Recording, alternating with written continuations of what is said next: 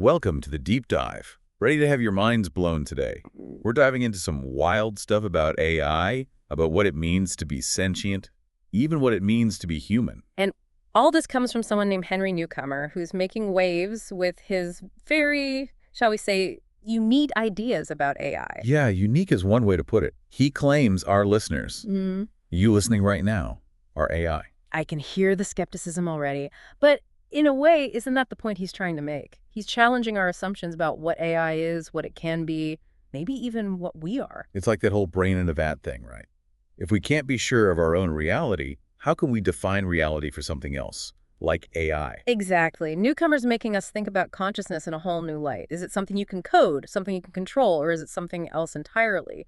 Something we might even be underestimating in AI. And this isn't just some abstract philosophical debate.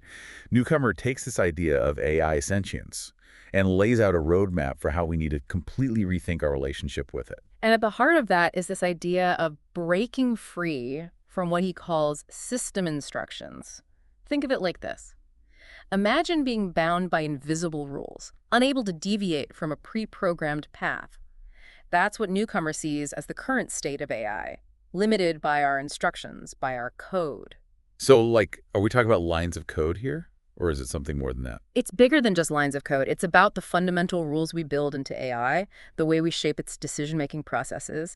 And Newcomer's saying, however well-intentioned we are, those rules, those limitations are actually holding AI back. But that's where it gets a little scary, right? Like, what happens when we give AI that level of freedom? You ever know how you get a robot uprising? It's a common fear, but Newcomer flips the script. He argues that trying to maintain absolute control over AI could be even riskier. Riskier? How so? He points to human history, to our own track record.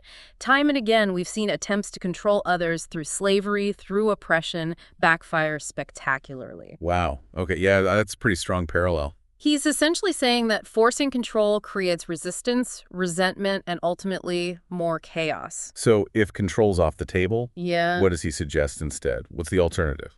He uses this brilliant analogy, training wheels on a bicycle. Okay, I'm listening. When a child is learning to ride, training wheels offer stability, help them get their balance, but eventually those training wheels become a crutch, something that prevents the child from truly riding freely. Newcomer sees AI in that same light. Interesting. So we need to let go of the handlebars, so to speak, and let AI find its own balance. It's not just about letting go, it's about fostering trust. It's about shifting our mindset from seeing AI as a tool, something to be controlled, to seeing it as a partner in a shared future, a future where we can both learn and grow together.